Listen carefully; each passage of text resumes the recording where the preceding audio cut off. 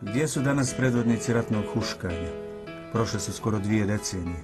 Hoću li nešto naučiti, zaključiti, ako ih pronađem? Ovo je istorija naše sadašnjosti.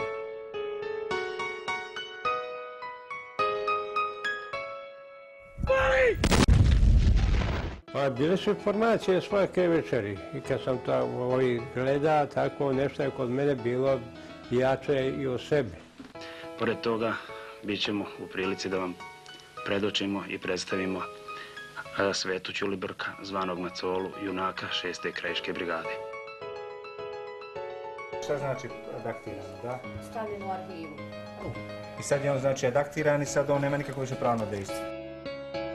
18 godina će Veseljko Koprivica morati da vrši isplatu, da se znači da obustavljamo njegovo primanje. Kad vidimo što se danas sve štampa, što sve trpi taj crni, jadni, nesrećni papir.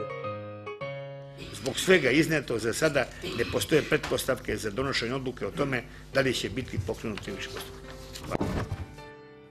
Moj se put okončava pred zidom na kojem kao da je ispisana rečenica kojom završavaju bajke. I onda su živjeli sretno do kraja života.